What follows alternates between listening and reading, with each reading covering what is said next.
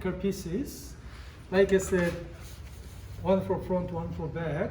Again, this thickness is better. This is too thick, but just for your reference, we will practice. And this is a spine.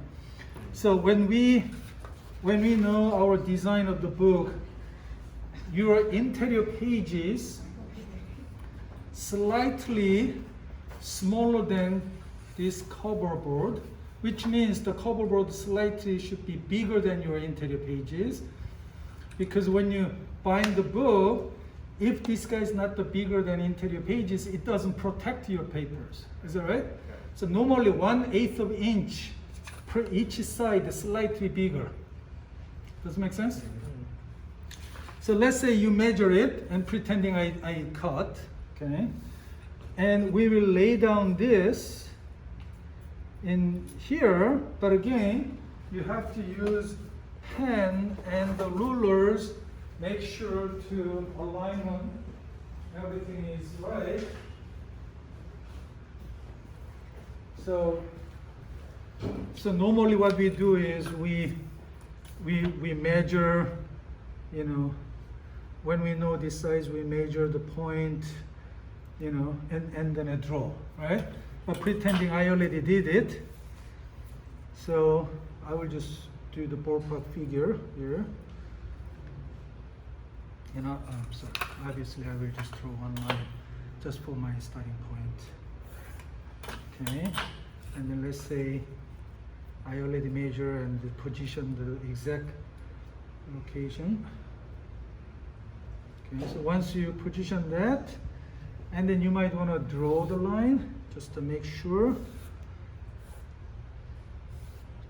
Make sure you have a guideline. Is that right? And this guy.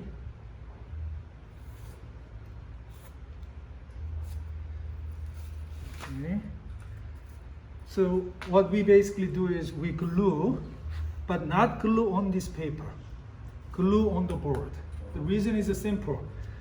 This paper usually thinner than your board and is wrinkle very easily, no matter what we use. Now there are a couple of binding bond and adhesive. This is not really professional, but semi-professional, tacky glue. But there is a right one for book binding. It's called Yes Glue, just like yes. Okay. Recently, the company I think is run out of the business. So yesterday I went through, I couldn't find. That's why I just bring it. But don't worry. If you search, there are some other brand, but it's not just available on the local store. You have to buy through online. Okay, but today what I want to do is, you could use this one, but when you use this one, you put this on the paper plate using flat brush, right? Evenly apply, right? But what I'm gonna do is I will just use it. Yes. Again, don't use this just for the demonstration purpose today, okay? Because I forgot to bring the big. So let's say pretending this is brush and I dip this guy and you like apply, right? When you apply, very important, let's say if this is brush, you apply on the edges too, okay? Because you have to wrap up, okay? So let's say I apply, but not do all the way 4 corners yet. Why? Because when I put it, we will wrap from one side first. While I'm doing it, if I already put the glue in here, it will dry. Does it make sense? So next time you try to do it, not gonna work. So you apply all of the glue in here first, only one side, only this side. Does it make sense? And so let's say I position like this, okay? And then I do others. Let's say, again, this may not work because just glue stick, but I show you the procedure. I just show you the procedure. I will find out the brush and you could use this glue. Just a quick demo.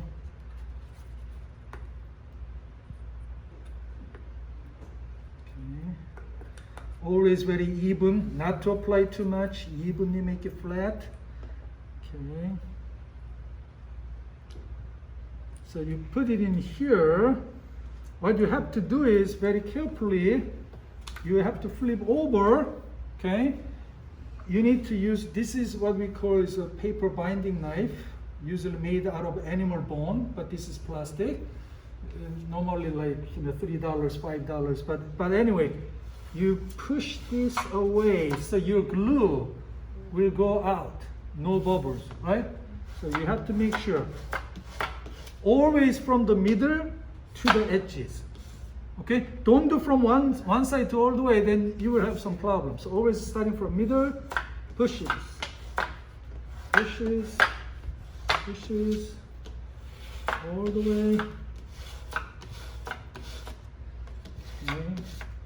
And it's a good idea you have a piece of fabrics underneath it, so you kind of protect. So make sure we did, and that this guy stays.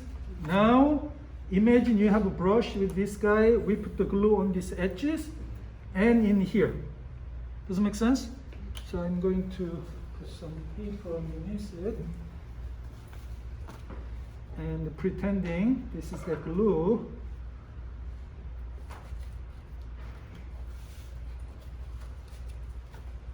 And again here on that edge. Okay, now it's important. First you use a hand from middle. Normally I do here on the edge of the book. That way I can control better like this. Is that right? So you push it to the edges first. Don't try to fold it yet. After you do that, you use this knife edge. And then from the middle you hold it and then squeeze. Is that right? See that? And squeeze. And you do simultaneously these two. Now you see how nicely flat. And in here we got a little rounded one and sharp one. The sharp one you push down like this. Is that right? When you push down, this guy will stick. This is a little dry glue. That's why it doesn't make a paper expanded. But when you use a glue, it expanded a little bit. But that's okay for now.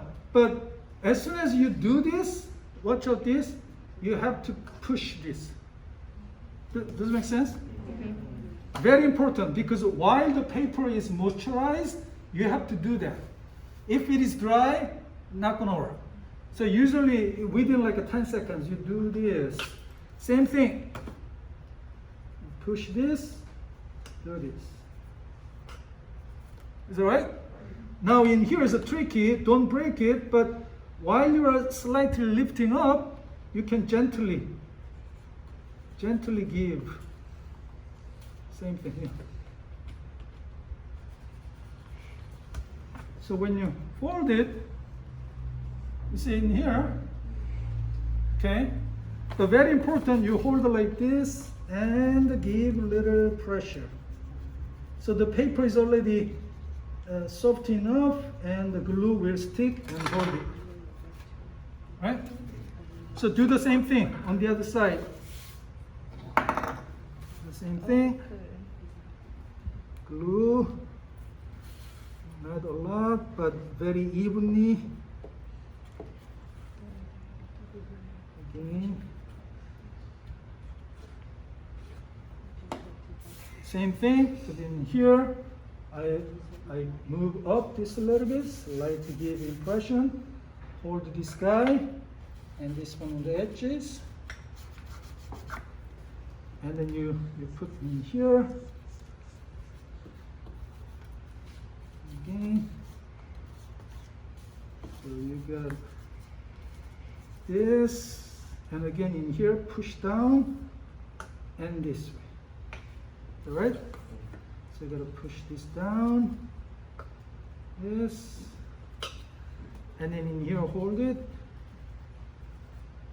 and this guy. You see in here the glue is not perfect, but now once you do this, what happened is you got these little spaces in here. So first, you fold this spine. So you do this, be careful with that yet, and then you give the pressure. Okay, so it stays. Is that right? And then you push these two here. Sorry, push these two and then you put it in here and give a little pressure. Not much, then you will break the paper. Just a little bit. Same thing in here. Just a little bit. And then normally what I do is I do this. I push this down. So you see like a T shape, right? Push down, and same thing one more time. This way, that way. So you can have nice, very gently, you got the little scoring effect. Is that one? Huh? So this is almost like what this. No, not the. This is okay, like perfectly. Yeah. This way. Okay. Now what's left? Here, same thing. So in here, edges. Again, the edge. Push it. Hold always in the middle. Go away. Now this edge, sometimes this one goes over on the top. So what you have to do is you have to put the glue here on the top a little bit. Fold in. 45-degree angle. Okay.